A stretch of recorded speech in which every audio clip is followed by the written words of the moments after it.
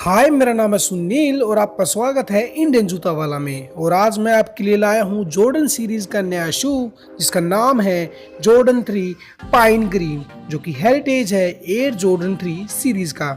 सबसे पहले आपको शू का कलर देखने को मिल जाता है black oblique pine green oblique cement grey oblique white. Shoe को नाइक के अकॉर्डिंग 31 दिसंबर को रिलीज किया जाएगा और शायद रिलीजिंग डेट चेंज भी हो सकती है। शू का डॉलर प्राइस $190 मानी $190 देखने को मिलेगा। वहीं भारतीय करेंसी में एयर जॉर्डन 3 का प्राइस 15,995 रुपये दिया गया है। शू आपको डिफरेंट वेबसाइट पर मिल जाएगा। आप शू को नाइक व स्टॉकएक्स की वेबसाइट पर भी जाकर खरीद सकते हो। एयर जॉर्डन 3 शू कोलैबोरेशन है टिंकर हैटफील्ड व एमजे का, जो कि एक ब्रांड लोगो को शो करता है।